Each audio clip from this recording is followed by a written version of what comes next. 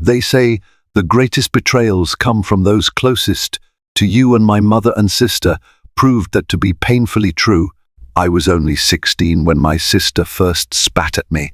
"No one wants you here," and my mum nodded in cold agreement.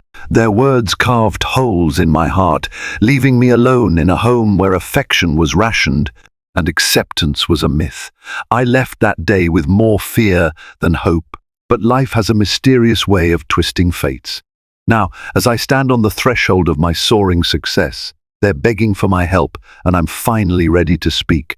I was born in a small suburb, flanked by tall pine trees and wide, cracked sidewalks.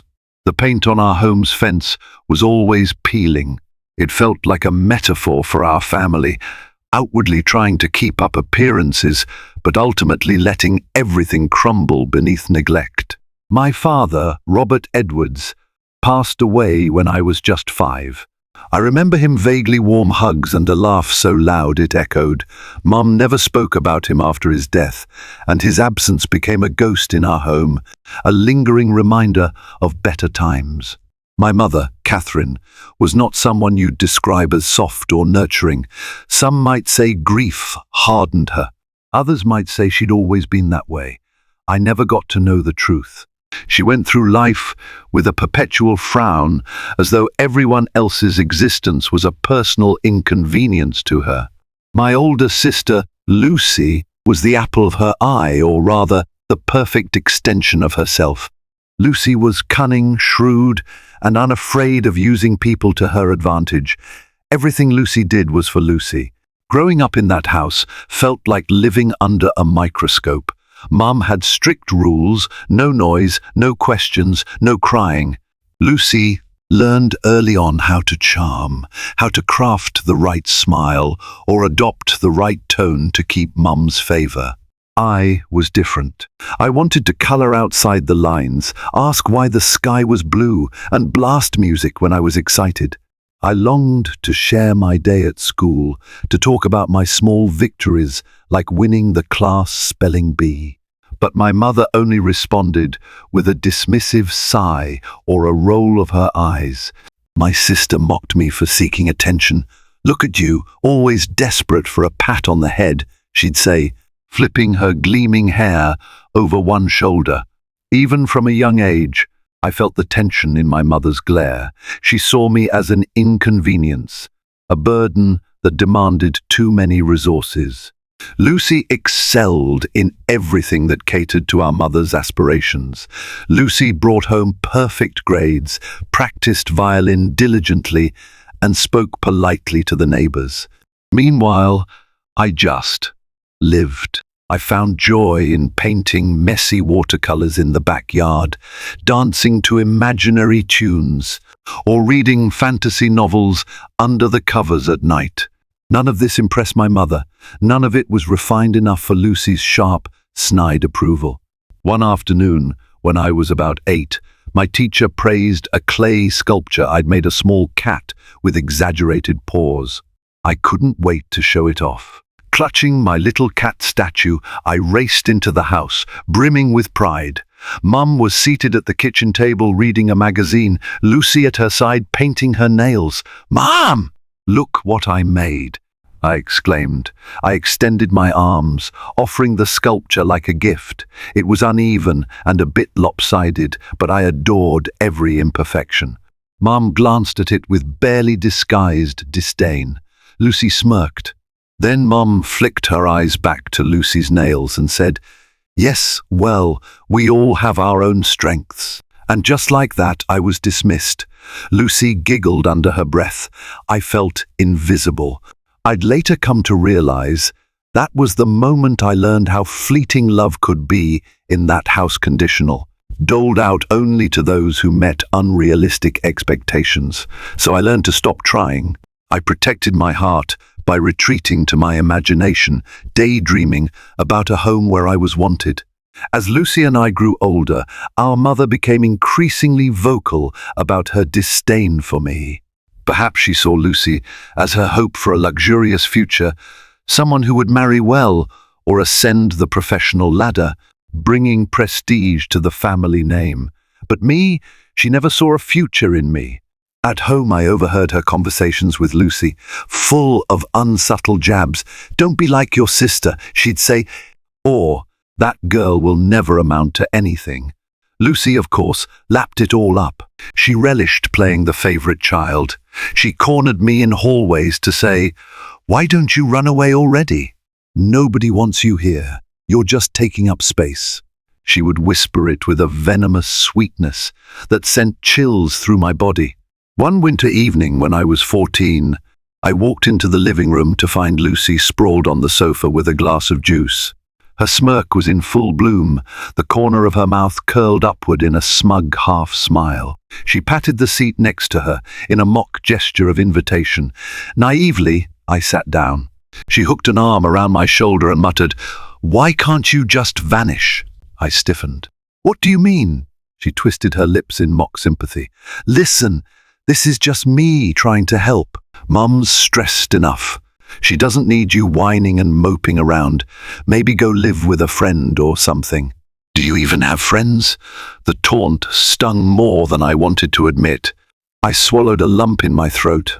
"I'm not going anywhere," I managed to say, though my voice quivered. Lucy turned her head away and shrugged as if dismissing an annoying fly.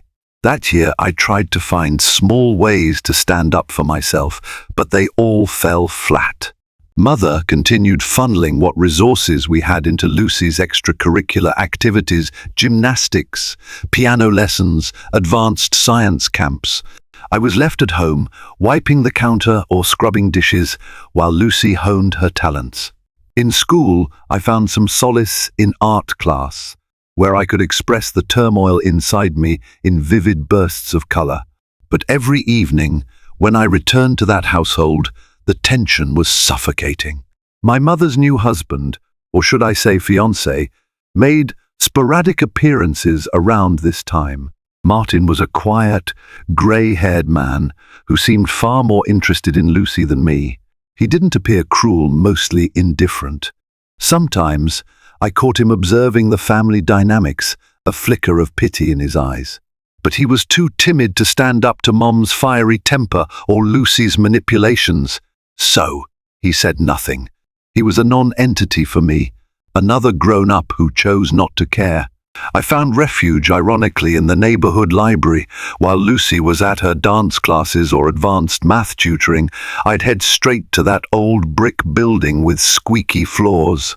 Surrounded by shelves stacked with books, I lost myself in stories about heroes who overcame adversity, about fearless women who refused to bow to fate.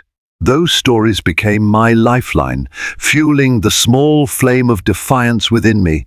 The night I was effectively kicked out of my home was a chilly November evening.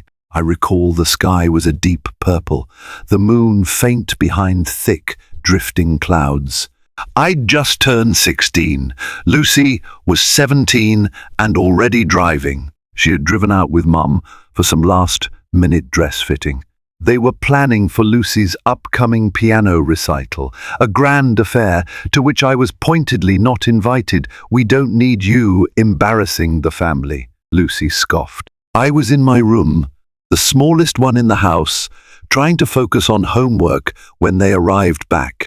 I heard the front door slam, then raised voices. My name was repeated, laced with disapproval. I knew something was wrong.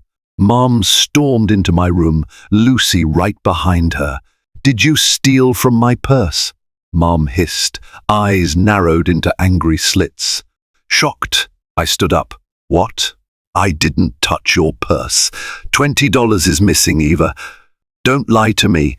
I felt my cheeks burn with frustration. "I'd never steal from you.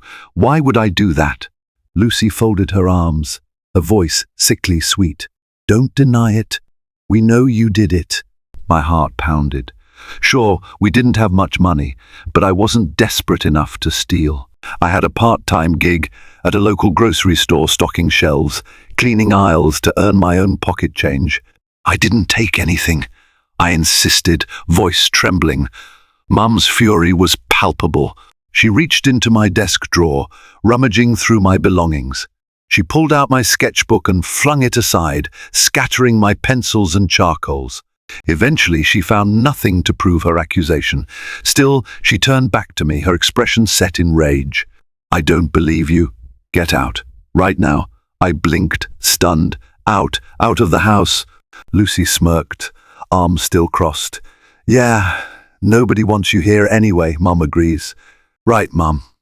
My mother straightened, her chin lifted in a gesture of finality. "Lucy's right. Your trouble always have been. Go to a friend's place or something. I don't care where you go, but get out."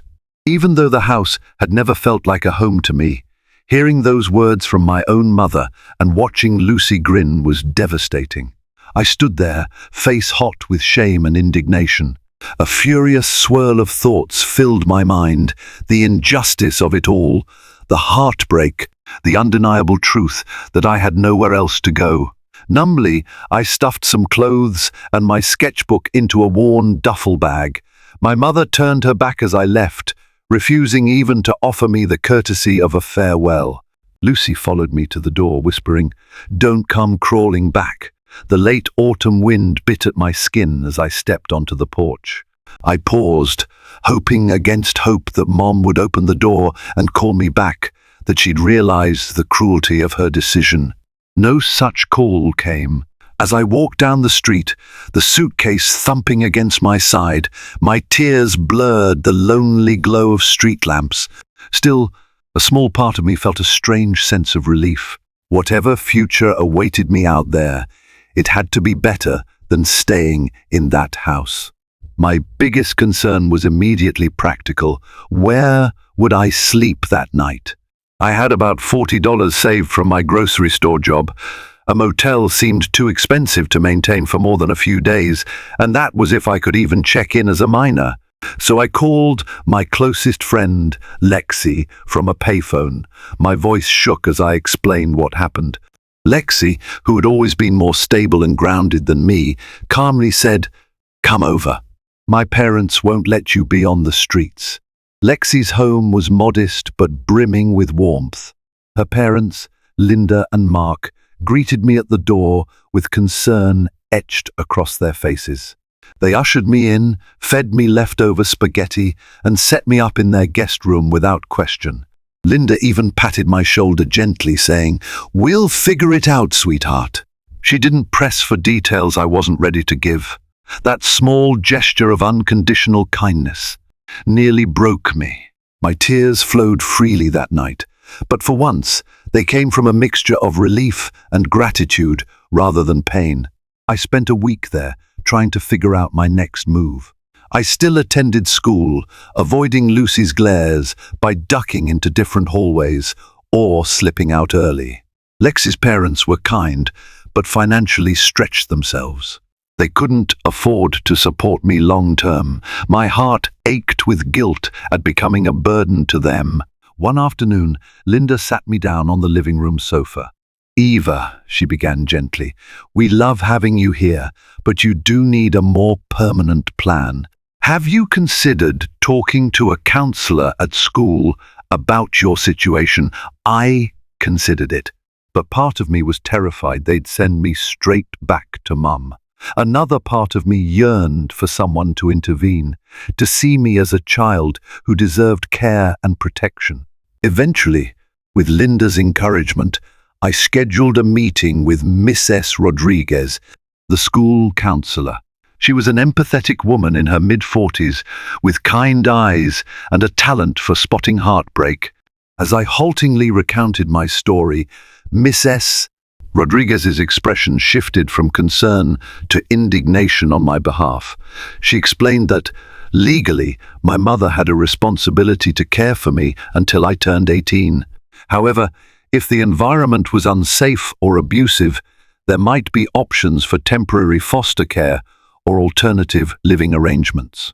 She gave me a stack of pamphlets, information about youth shelters, legal aid contacts, and resources for homeless teens. But the word foster care made my stomach churn.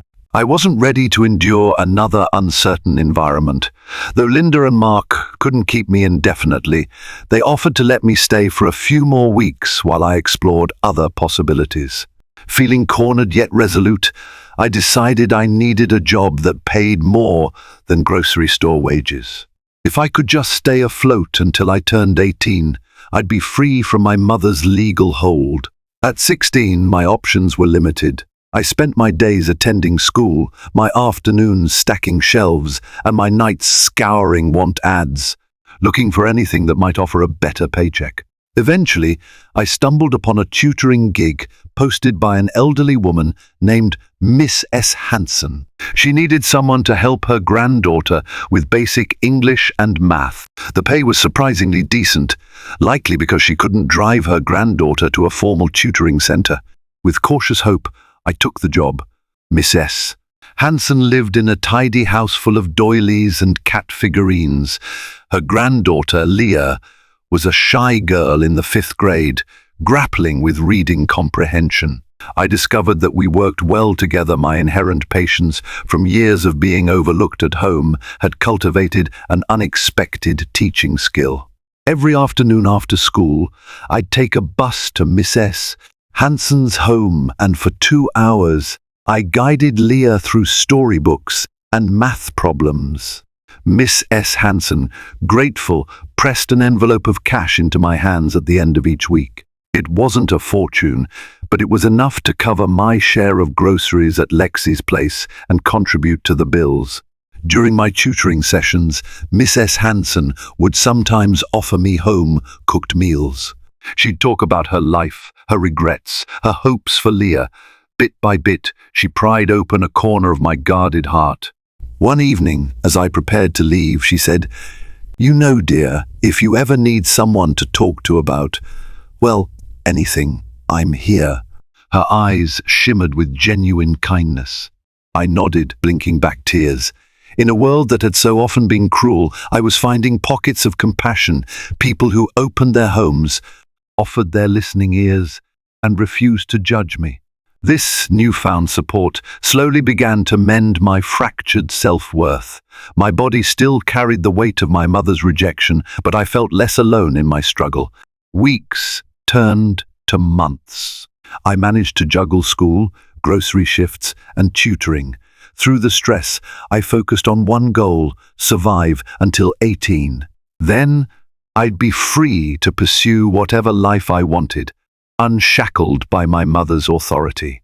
Lucy did everything she could to torment me at school. She'd trip me in the hallway, spill drinks near my locker, or spread rumors about me stealing. Sometimes she'd whisper, "Nobody wants you into my ear," when we passed each other.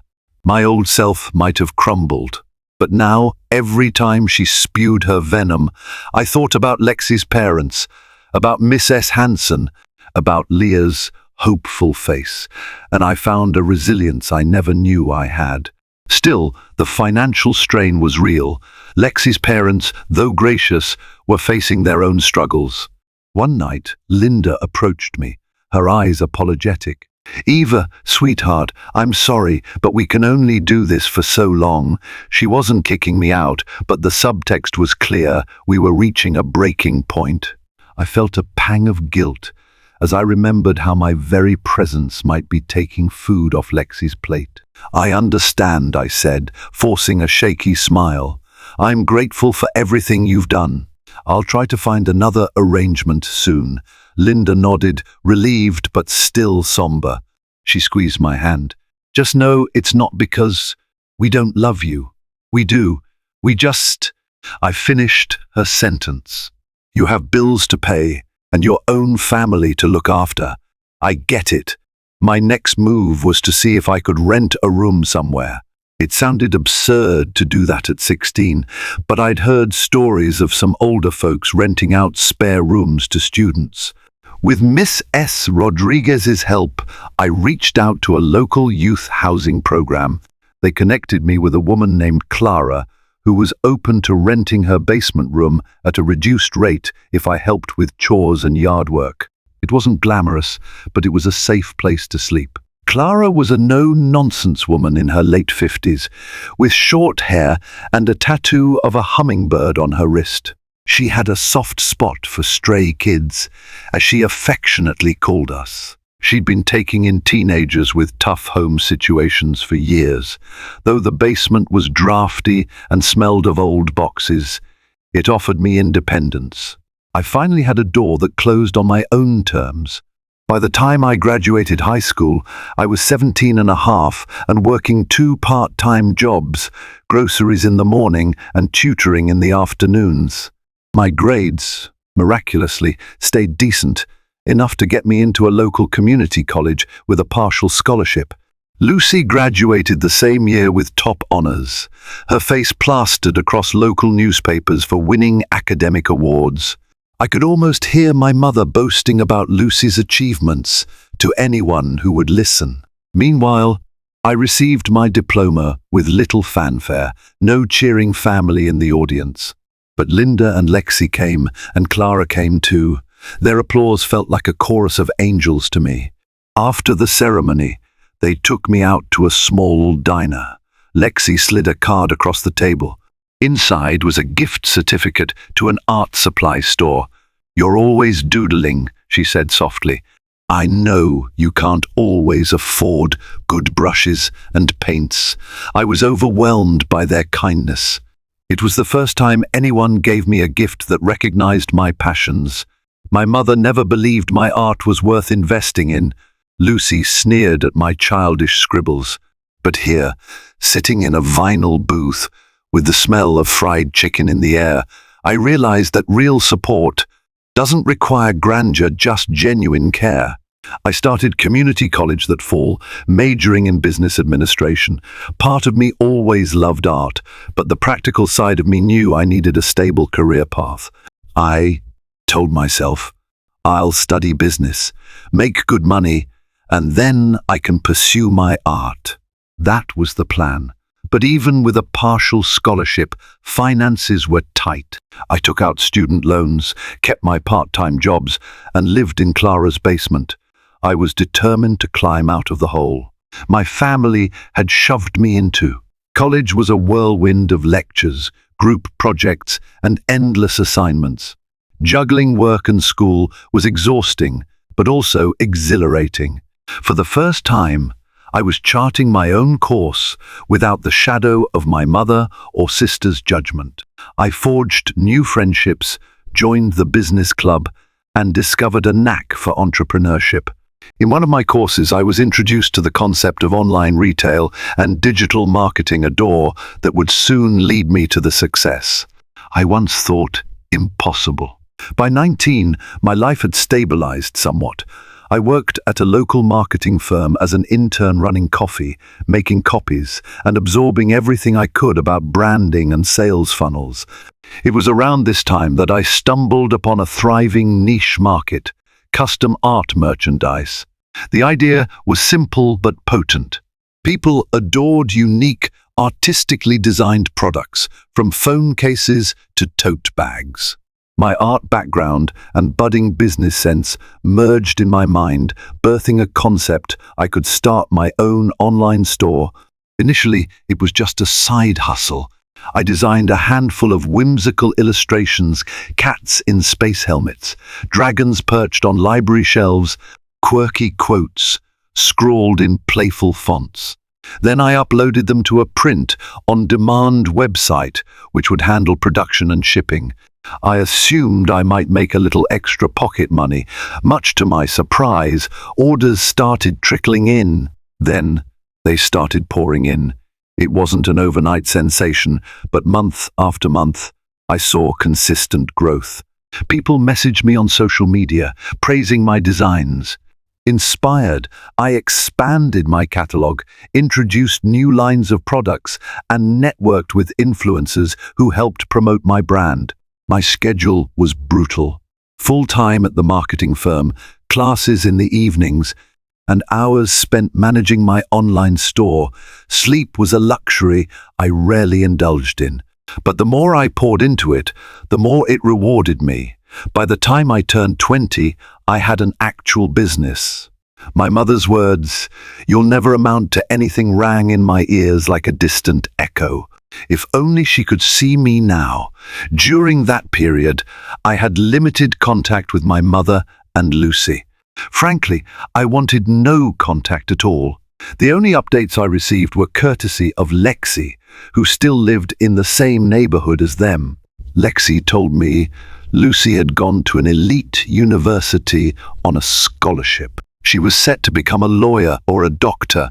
My mother bragged incessantly about Lucy's potential. I occasionally wondered if my mum ever missed me or if Lucy had any remorse, but I doubted it. They had made it clear I was unwanted. Then, one rainy afternoon, I received a call from an unknown number. I was out grabbing lunch during my internship break. Balancing my sandwich in one hand and phone in the other, I answered. An all too familiar voice, my mother's, echoed through the speaker. "Eva," she said. Her tone was guarded, not quite warm, not outright hostile. "I heard you're doing well. I was thinking we could meet for dinner, talk things out." I nearly dropped my sandwich. My mind replayed that moment I was kicked out, her cold eyes, Lucy's triumphant smirk. "Talk things out?" After years of silence, my voice wavered. "I'm pretty busy these days." She pressed on, as though I hadn't spoken. "Lucy's home for the weekend. We'd love to see you. Tomorrow night, 8 o'clock, at Mateo's on Main Street." My heart pounded with conflicting emotions, rage, confusion, a flicker of longing for the acceptance I'd always desired. But I'd also grown. I was stronger, more self-assured. "All right," I heard myself say, surprising even me. We ended the call with a terse, "See you then." For the rest of the day I vacillated between dread and curiosity. Why now? Had something happened? Or was she simply bored? My mother never did anything without an ulterior motive.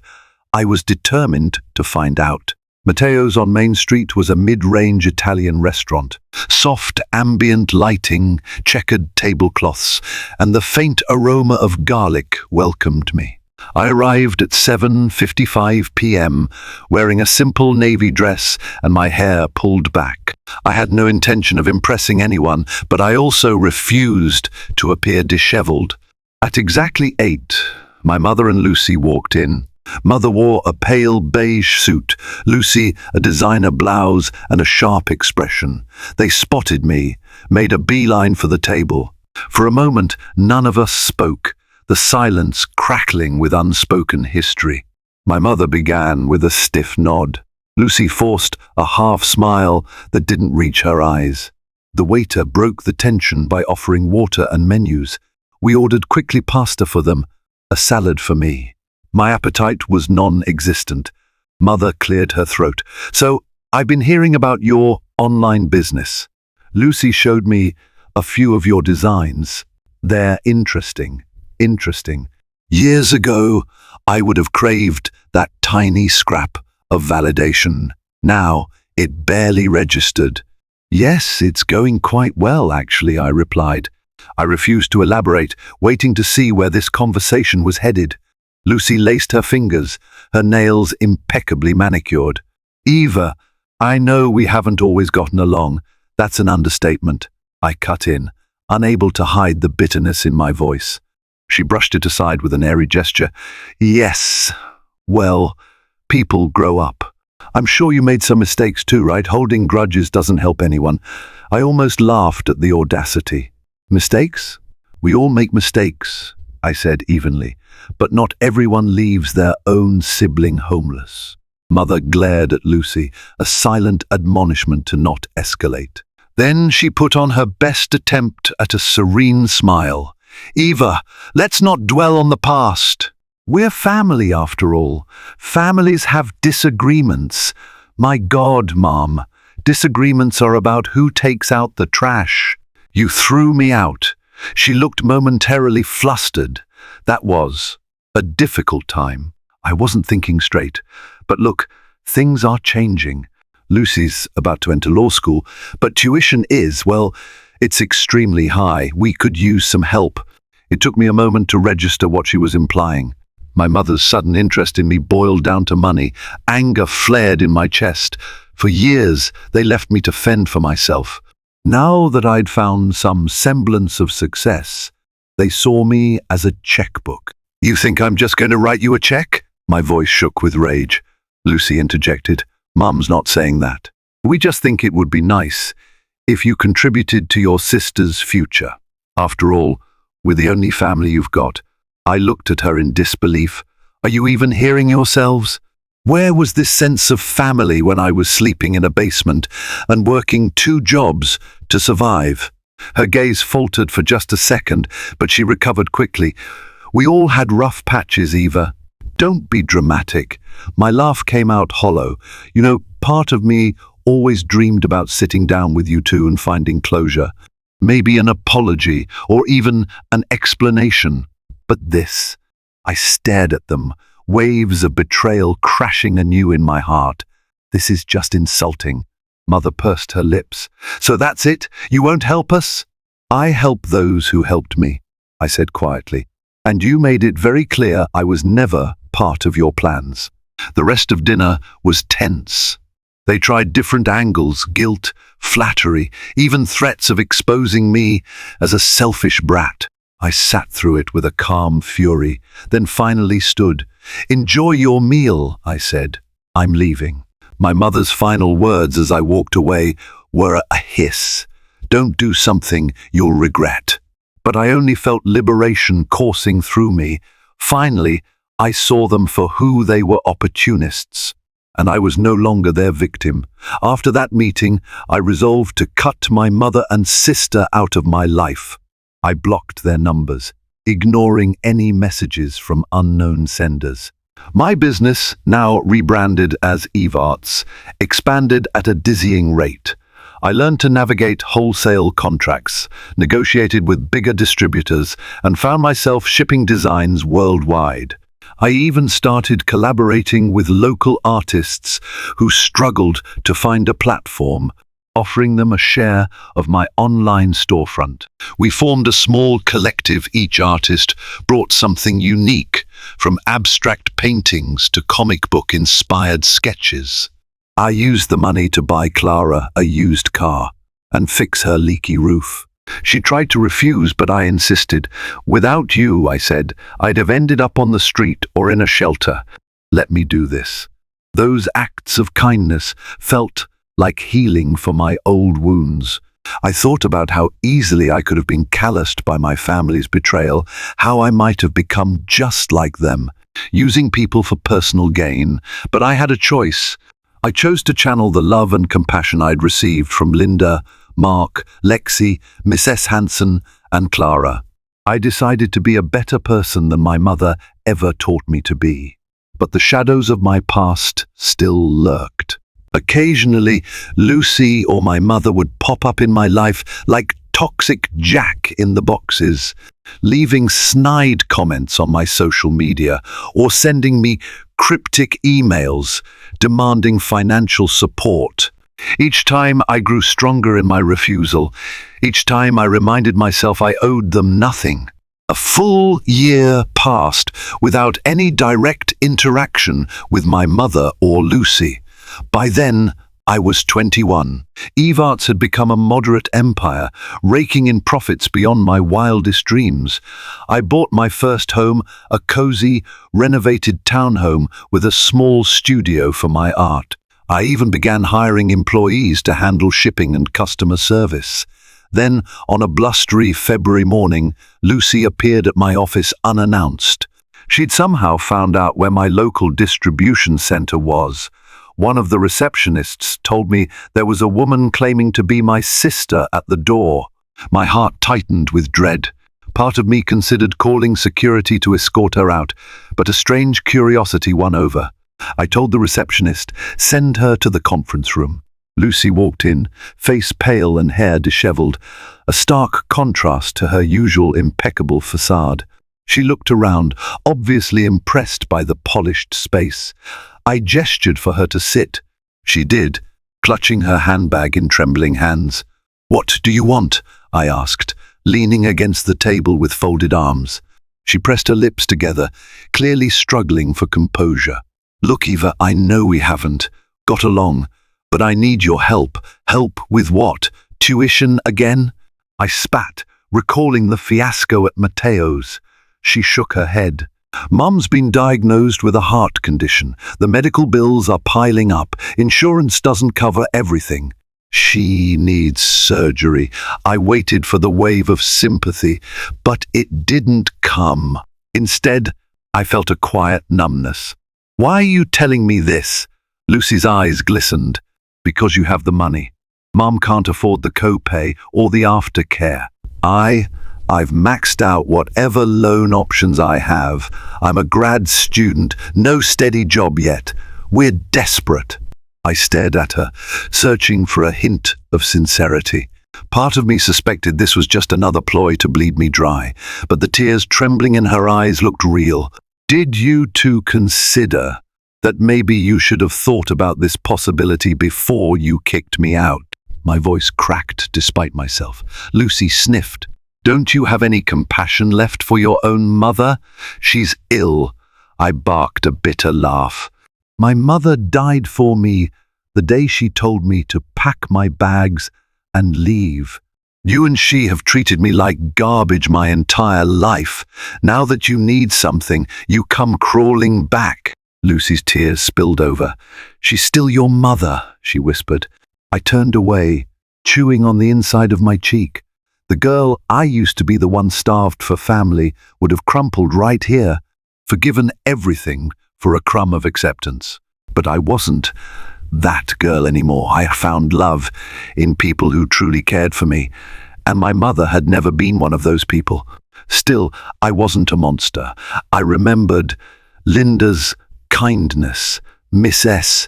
Hanson's gentle words.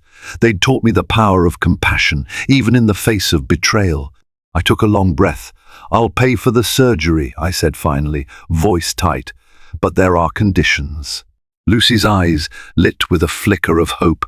Name them. I fixed her with a steely gaze. First, you and Mom agree to speak to a therapist about everything that's happened. Family therapy. Second, you never, ever harass me for money again. If Mom recovers and starts flinging accusations or demands, I'll withdraw all support. Third, you both publicly acknowledge what you did to me. I want a written public apology, because for years I had to be the silent scapegoat. No more. Lucy's mouth opened in shock. A public apology? On social media? I nodded, refusing to soften my stance. Yes, Lucy. A real apology. No more lies, no more pretending you're the perfect daughter and I'm the black sheep. You set the record straight, and then I'll pay for the surgery. Every bill, no matter how high, so you don't have to worry about financial ruin. She looked cornered, conflicted. Eventually she said in a small voice, All right, I'll talk to Mom about it. I nodded, letting the silence linger. You can show yourself out. Lucy left the conference room with slumped shoulders. A potent mix of anger and melancholy churned inside me. Had I become too ruthless? Or was this the justice I deserved? I thought about that 16-year-old girl forced onto the streets with nothing but a duffel bag. If I was cold now, it was because I had learned to survive on my own. A few days later, Lucy sent me a text. Mom agrees to your conditions. The next afternoon, I saw a Facebook post on Lucy's profile. To everyone who has followed our family over the years, we owe an apology to my sister, Eva. Our relationship with her has been fraught with neglect and mistreatment. We turned her away when she needed us most, and we lied about the circumstances. Eva, I'm sorry. I admit the harm I caused, and I want to make things right. It wasn't dripping with contrition, but it was public, and it was an acknowledgement of the facts. My mother unbelievably posted a similar statement. Hers was more reserved, but she admitted, I deeply regret my actions that drove Eva from our home. I failed her when she needed me. I'm sorry. The comment section was a flurry of shock and curiosity. Some neighbors expressed disbelief, remembering how I had disappeared years ago and never returned. Others said they'd suspected something was off in our family dynamic. A wave of sympathy messages flooded my inbox. Old classmates apologized for standing by while Lucy bullied me. Even acquaintances from the community college days posted encouraging notes. Despite the surge of validation, I felt a hollow ache. Nothing could fully heal those scars. Yet a sense of catharsis settled over me. Finally, they weren't denying the truth. I wired the money directly to the hospital, covering Mum's surgery and rehabilitation. She pulled through the operation successfully. The day she was discharged, I received a text from Lucy. "Mom wants to see you." She's at home now. I weighed my options, heart pounding. Did I want to see her? Could the first stand to face my mother after all this time and pain? Eventually, I decided yes, I needed closure. Their house looked eerily the same as the day I left. Chipped fence, overgrown lawn, peeling paint. My footsteps felt heavier the closer I got to the front door. Lucy answered, leading me into the living room. My mother was propped up on the couch, bandages across her chest where they'd operated. Her face was pale, and for the first time, she seemed old. We locked eyes. Silence blanketed the room. She spoke first, voice weak. "Eva, thank you." I swallowed hard.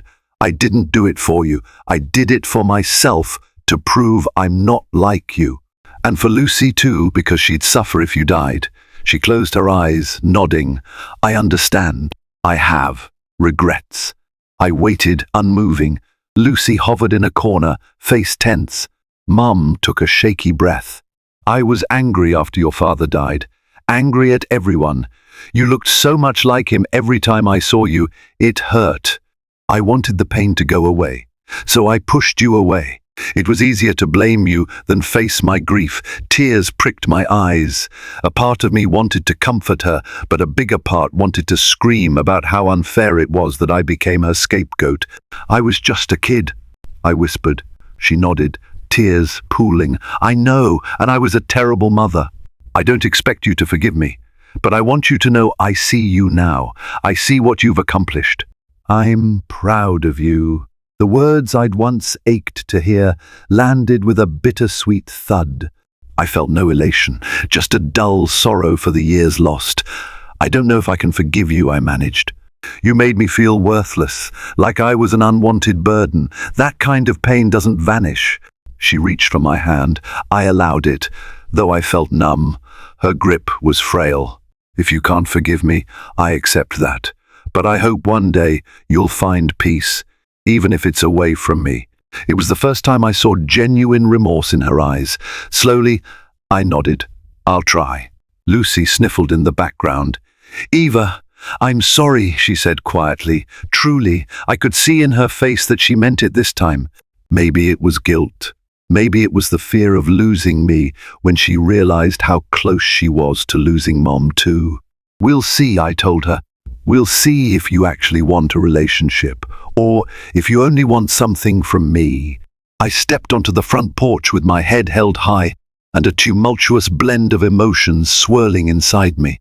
The air felt strangely still, as though the entire world had paused to witness this long-delayed moment. Despite the soft rustle of leaves in the wind, I could hear my own heartbeat thudding in my ears, reminding me that I was no longer the frightened 16-year-old who had walked away from this house with nothing but a duffel bag.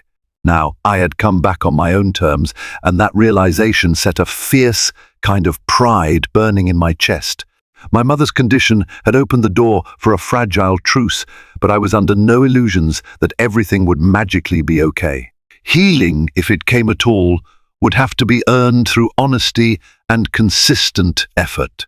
Yet, in my reflection, during those lingering hours after Lucy's surprising visit to my office, I realized that I did still want something from my family, even if it wasn't what they expected.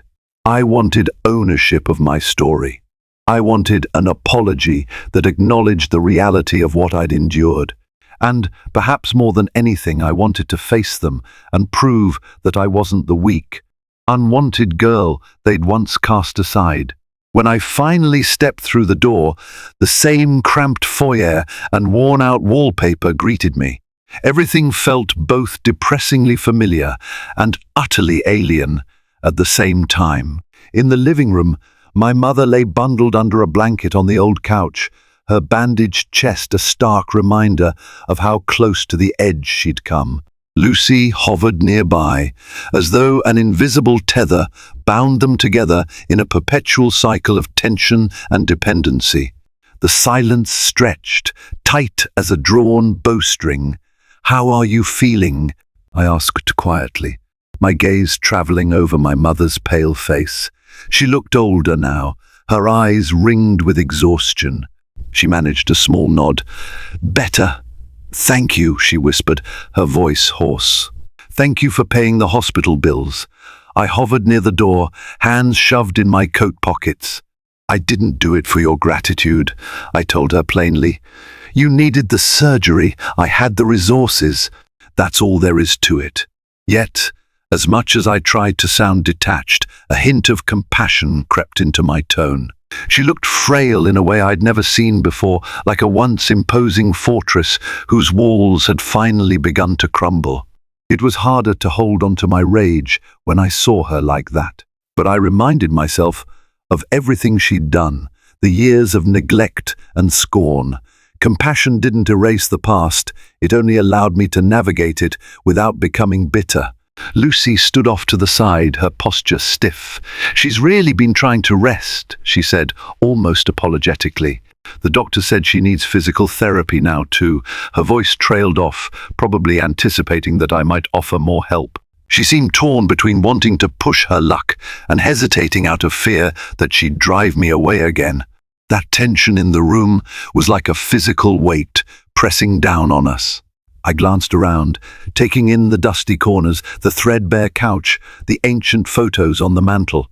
So many memories, most of them lonely or painful, cluttered every inch of this space. Despite all of it, I felt oddly steadied by one truth. I had remade my life outside these walls. Whether my mother and Lucy accepted that or not, no longer defined me. "I'm not here to make empty promises," I said, breaking the uneasy quiet, "but I agreed to pay for your medical care, and I'll keep my word." Beyond that, I shrugged, letting the implication hang in the air. My mother swallowed hard and nodded. "I understand." She drew a shaky breath. "I've been writing letters to you." "Did Lucy give them to you?" "Yes.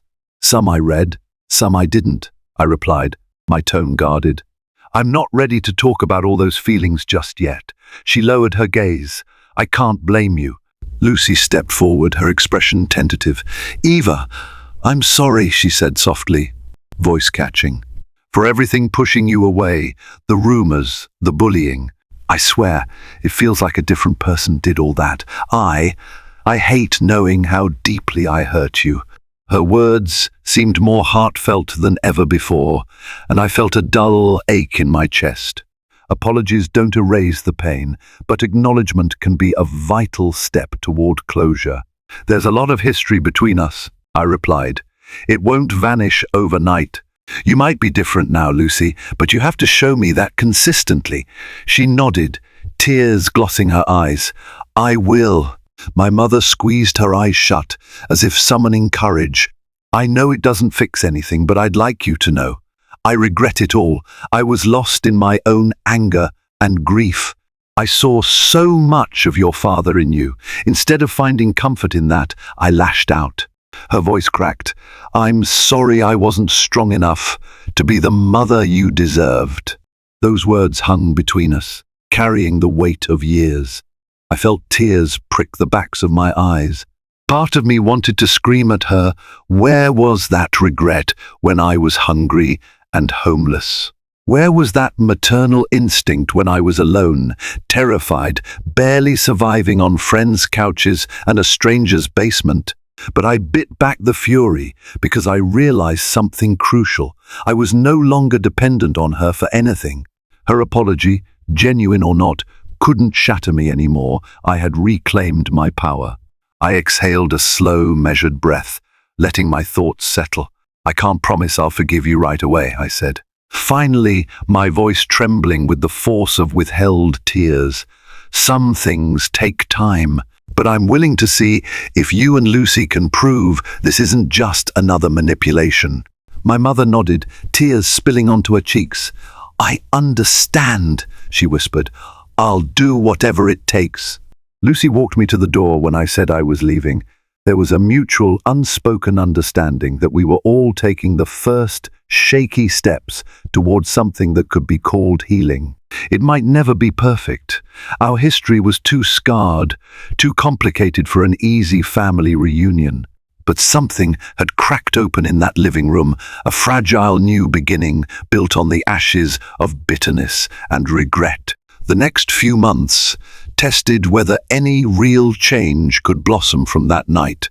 Mom and Lucy occasionally called or texted, updating me on Mum's therapy sessions, Lucy's grad school progress, even sending me random pictures of the house's slow improvements. Each time I found myself less and less suspicious that they were angling for more money. Their communications felt less like veiled attempts at manipulation and more like genuine efforts to connect. The trust I'd lost in them wouldn't return instantly, if at all, but I could appreciate the sincerity of their current efforts. Outside of those guarded phone calls and text messages, my life continued to flourish. EVARTS soared to new heights, thanks to an influx of collaborations with brick-and-mortar shops that wanted to feature my whimsical designs.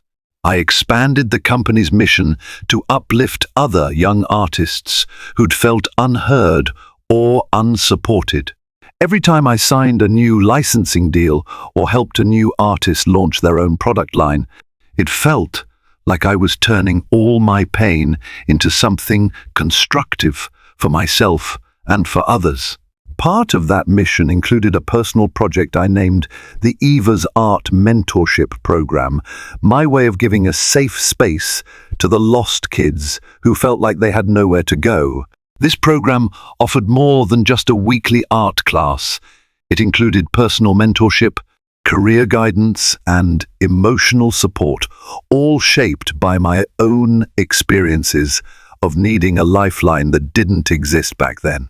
With guidance from friends like Lexi, who was now studying social work, I even managed to open a small art gallery corner in the EVARTS building, dedicated to showcasing work from these young talents. Sometimes I'd arrive at the gallery after hours, long after the last mentor-mentee pair had gone home. I'd stand there, gazing at the vibrant paintings and sketches lining the walls, each piece brimming with life and possibility. And I'd think, this is what I needed when I was 16. This is the space I craved when I felt abandoned. Realizing I could provide it for others filled me with a sense of purpose so profound I nearly sobbed with gratitude. Over the ensuing months, Mom and Lucy made the effort to attend one of our gallery openings. They appeared almost like guests at a formal event, clearly unsure of how to approach me or my world. Lucy was wide-eyed at the creativity swirling around us, whispering that it was amazing. Mom stood a few steps behind, leaning lightly on a cane for support, but she smiled when she saw me. It wasn't the tight, judgmental twitch of her lips I remembered from my childhood. It felt genuine. I introduced them briefly to Lexi, who managed a polite greeting without letting her protective instincts flare too obviously. We moved through the gallery, where I showed them some of the young artist's works. Mom kept blinking rapidly, as though this new side of me, Eva the mentor, Eva the entrepreneur, was a wonder she never could have predicted. By the end of the evening, she reached out and squeezed my hand. I let her hold it for a moment. I could tell she was struggling to express everything in her heart, so I nodded softly and kept my silence, letting her unspoken apology linger between us. In the grand scheme, it was a small step. There were no tearful confessions under neon lights, no sudden shift that erased the hurt. But that quiet, simple moment showed me that maybe, just maybe, people could change when faced with the reality of losing something irreplaceable. And so, I found myself gradually allowing Mom and Lucy into my life in limited, carefully managed ways. They began to see the woman I had become without their help, the successful business owner, The artist, the mentor, who gave hope to teens who felt as alone as I once did. We never spoke about forgiveness as though it were a neat, tidy package. Instead, we all agreed that trust would come in increments, built on consistent actions and not just words. Through it all, I continued to remind myself of one undeniable fact: their acceptance does not define my worth. I had grown beyond that need. I had carved out a life I loved, surrounded by friends, partners, and a community that genuinely supported me. My mother's contrition and Lucy's remorse, real or staged, no longer had the power to break me. That was the gift of independence I'd fought so hard to earn. And that is the essence of reclaiming power, stepping back into the spaces that once crushed you and realizing you no longer need them to survive.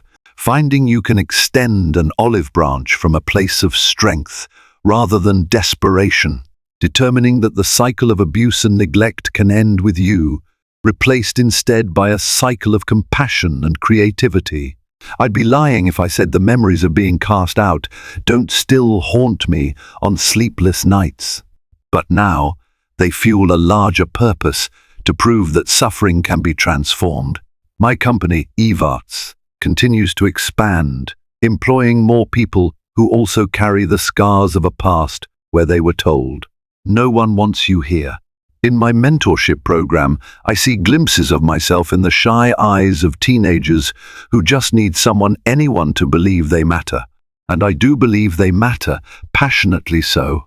My mother and Lucy still have a long path to walk if they truly want to mend what they broke. Some days, my heart softens toward them. Other days, anger resurfaces. But I no longer feel chained to their approval or condemnation. I am free. If they earn a seat at my table, it will be because they've consistently shown up as changed people. If not, then life goes on. My happiness doesn't hinge on them anymore.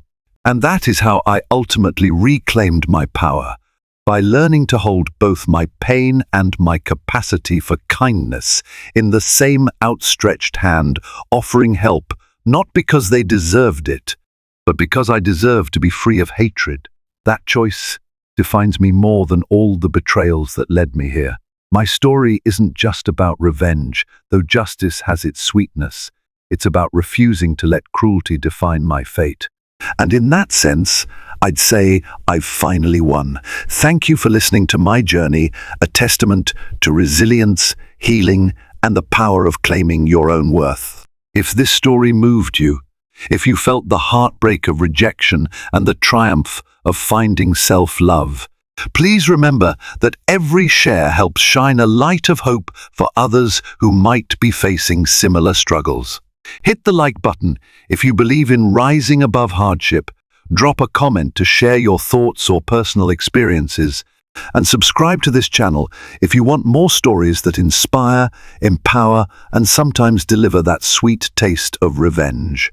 Your support not only fuels my passion for storytelling, but also spreads a message of empathy and courage.